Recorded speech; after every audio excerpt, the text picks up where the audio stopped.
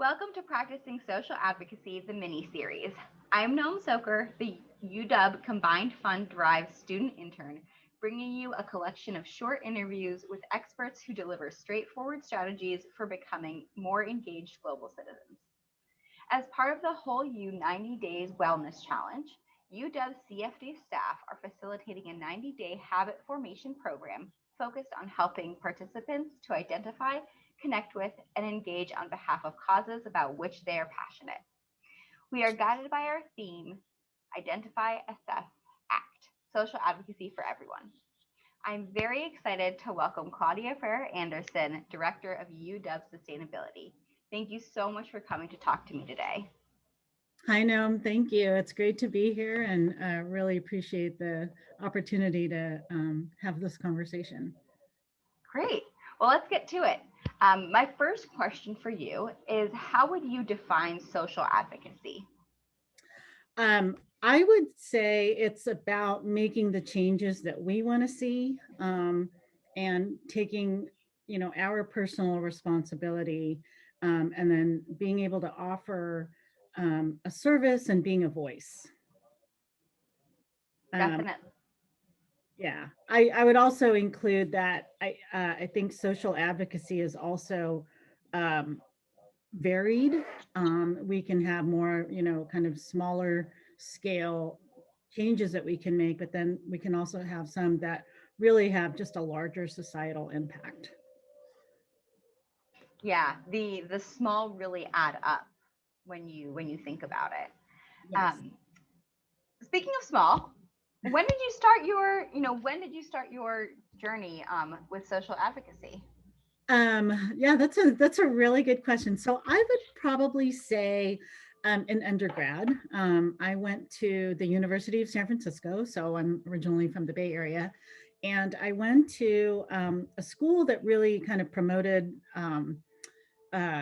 peace and justice. It was a Jesuit school, and so I got involved in a student club that looked at issues of social justice.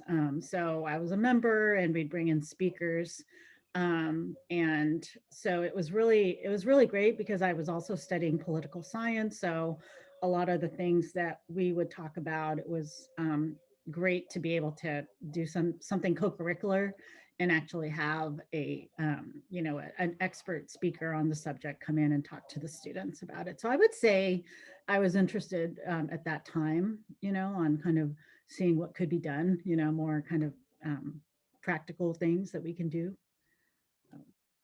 Yeah, it's you were exposed to almost the intersectionality and the overlapping of social issues at a young age because you were studying it from the academic perspective, but also advocating for it as a student leader. So Yes, absolutely. And from a personal, maybe also kind of sharing on a personal level, I probably have been thinking and feeling social justice related issues just even as an immigrant coming to the country and really learning to be part of kind of the social fabric. So I was 6 years old when my family moved from the Philippines, and learning about just a new culture and learning the language was also a big influencer in my life. And so I think my viewpoints have always kind of had that lens and perspective, and just appreciating there are different cultures and there are different ways that people think and how they do things and what they believe and what their values are about. So I think I also have that influence in terms of my viewpoint on social justice. thank you for sharing that. I agree. I think there's everyone comes with a different pair of glasses to the conversation, to their life experiences, and kind of parallel to that conversation, that line of thought. What are your preferred ways to get involved with social advocacy? Yeah, I'm gonna say kind of volunteering. So when I decided I wanted to move into kind of a nonprofit job, after I went into kind of a corporate sector environment after I graduated from my undergrad. I didn't really have a clear path at that time of where I wanted to go. I wasn't interested in pursuing grad school yet. So I worked in the corporate sector and realized that I wanted to kind of do something a little bit more on the altruism. And so I started volunteering. And I actually started out with being a mentor for the YWCA. So working with young women who are at risk, and just being there to provide, just being a friend and a coach to a young person who was being a teenager. I mean, that's tough as in itself. So that was really rewarding to me, and then it kind of opened up my eyes to being able to do more of that type of work. So it actually opened the door to have me move into a nonprofit job.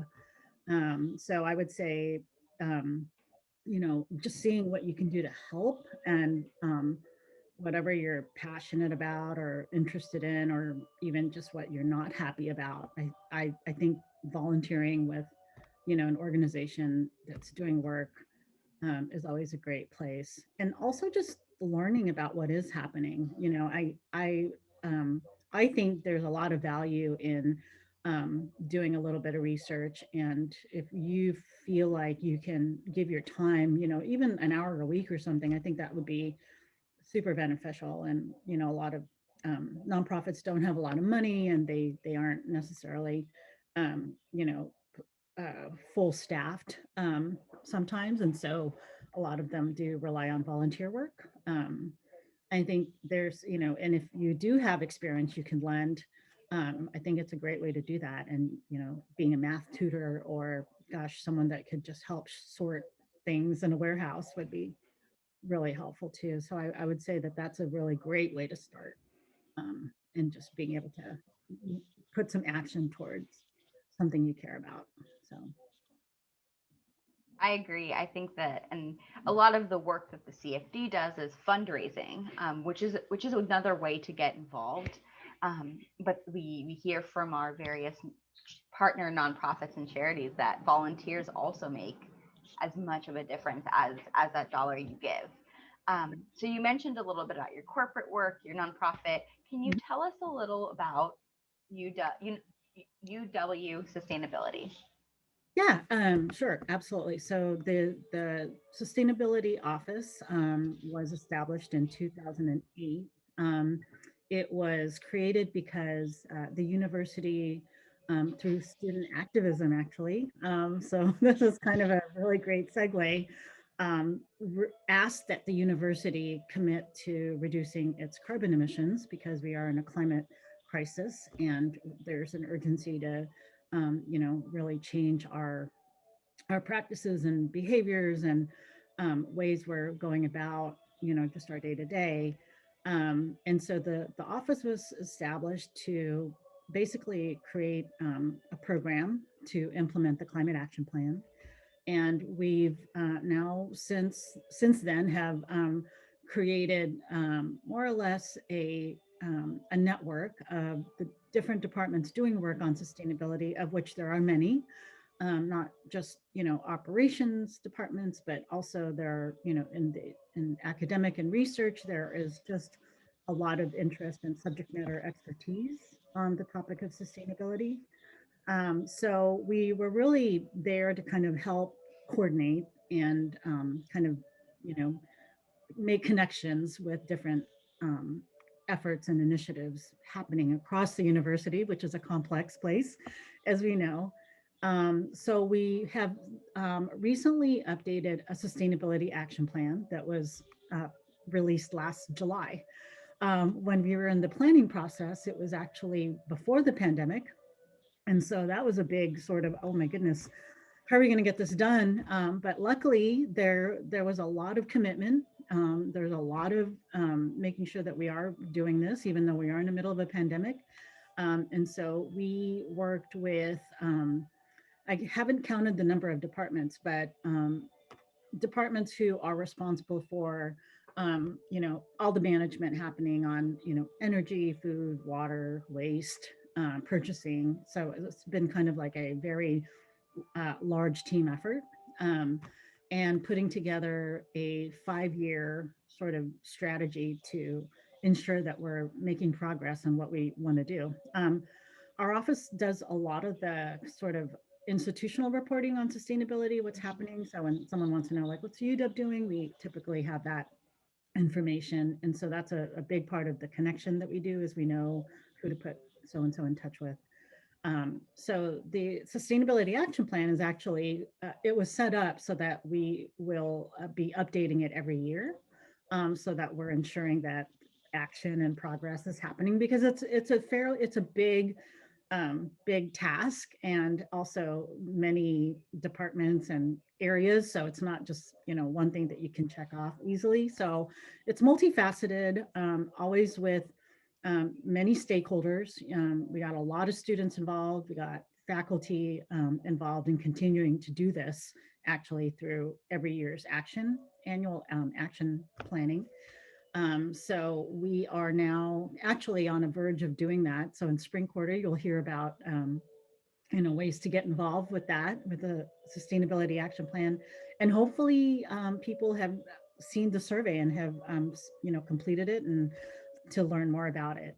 Um, so we're also we have been an administrative home for the Campus Sustainability Fund, which was a student green fee that was established around the time that our office was being put into place. And so that has been a really nice partnership.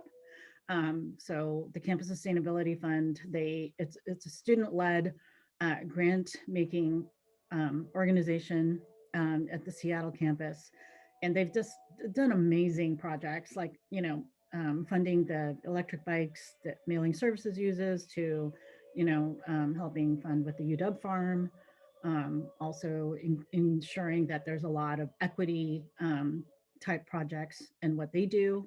So supporting student organizations and movements, advancing diversity, equity, and inclusion.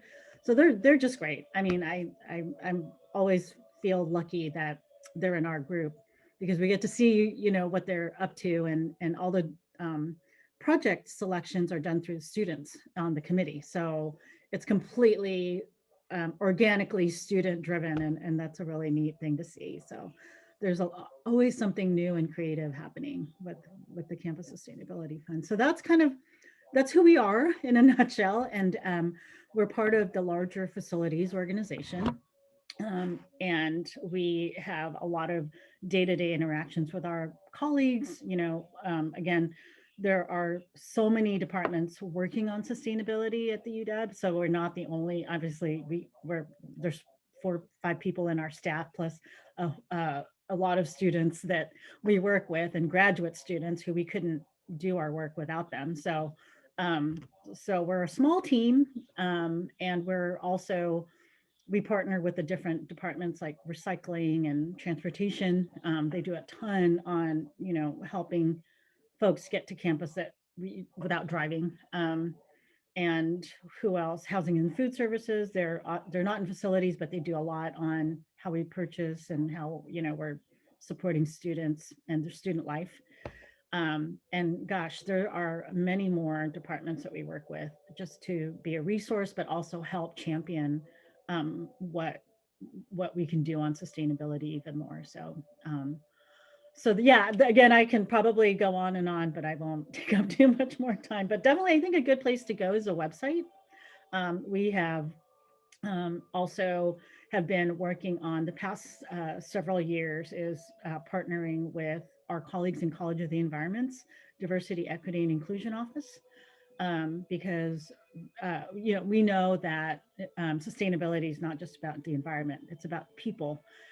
So we actually started working together about 4 years ago now in kind of our Earth Day, and just not having it just be the same, things that we've been talking about, but like involving and including more of the different pillars of what sustainability is. And the plan has a way to kind of participate in what that definition is. So that's actually one thing we're working on. So it's pretty cool stuff. So I'd encourage anyone that wants to learn more to take a look at it and email us about getting involved with that. So um, Yeah, that's amazing.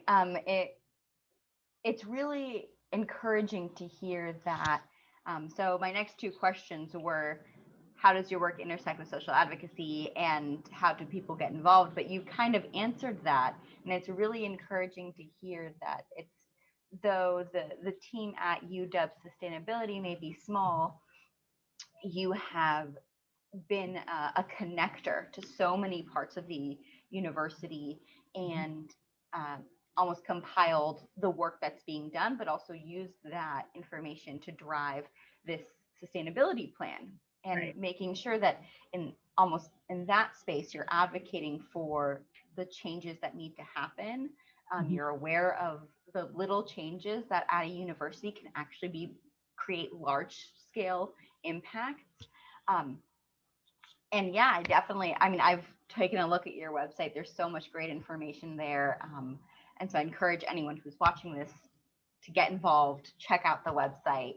I do have another question. You mentioned Earth Day, which is coming up April 22nd. Yeah. This year, I'm sure it'll look different. What is UW Sustainability doing to Yeah. celebrate Earth Day? Yeah, it will definitely look different.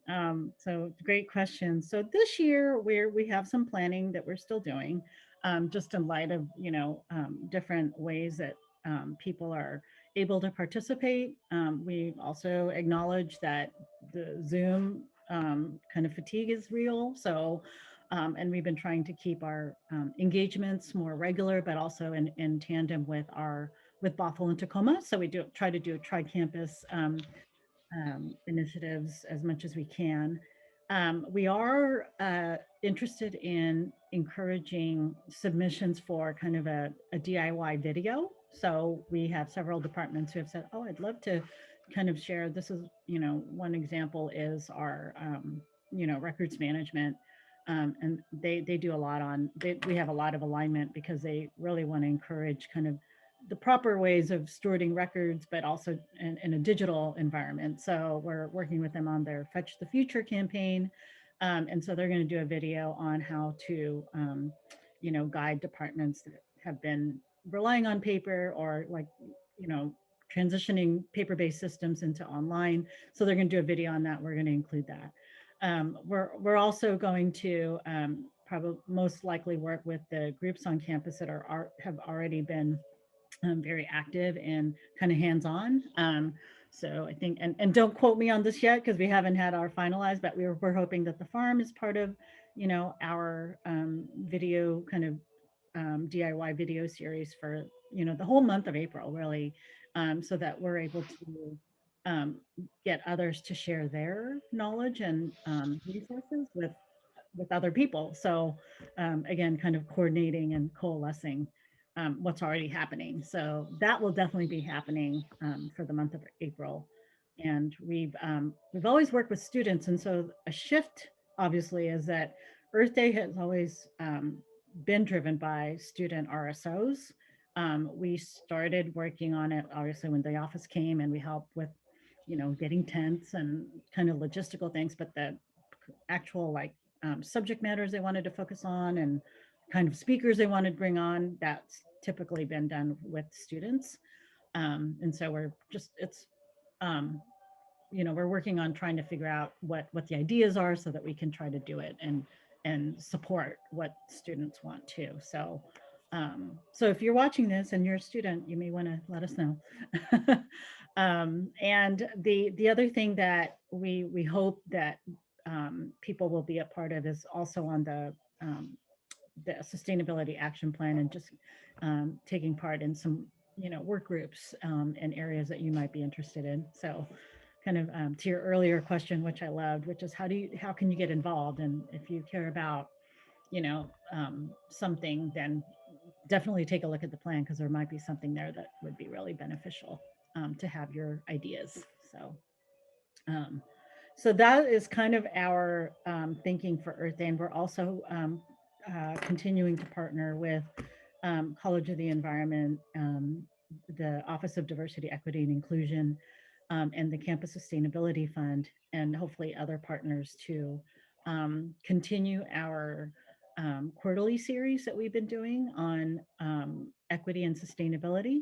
So in February, we had a racial justice and racial justice activism um, event on campus, not on campus, but hosted, for our winter, and then spring we're hoping to do another one too. Um, so Earth, I think we're also open to kind of re-envisioning Earth Day because we're not on campus, but we're able to um, help kind of disseminate the great things happening there out and where people are. So Thank you so much, Claudia, and thank you to the work that UW Sustainability and you are doing. It's like I said, it's encouraging, but it's very heartening to hear that we not only have an incredible group of people doing, really important and pertinent, timely work, uh, but you're not doing it alone. You're using your platforms to connect people, to encourage people to join and find ways that work within their sphere. And I think that um, thank you. just so yeah, it's so wonderful. And kind of like you said earlier, the little changes can add up, and the more we connect with each other, the more support we have in making those big changes. Um, Yeah. Well said. Well, So thank you so much, Claudia, for being here and speaking with me. I can't wait until Earth Day. You know, it's a rainy day here in Seattle, but a friend of mine had said, we can't have the evergreen state without the rain. So, that's right. and with that, thank you for helping make our campus and our community, our city, a little bit greener every day. Absolutely. And it was a real honor to talk with you and share just the information and thank you for inviting me. Great. Thank you so much.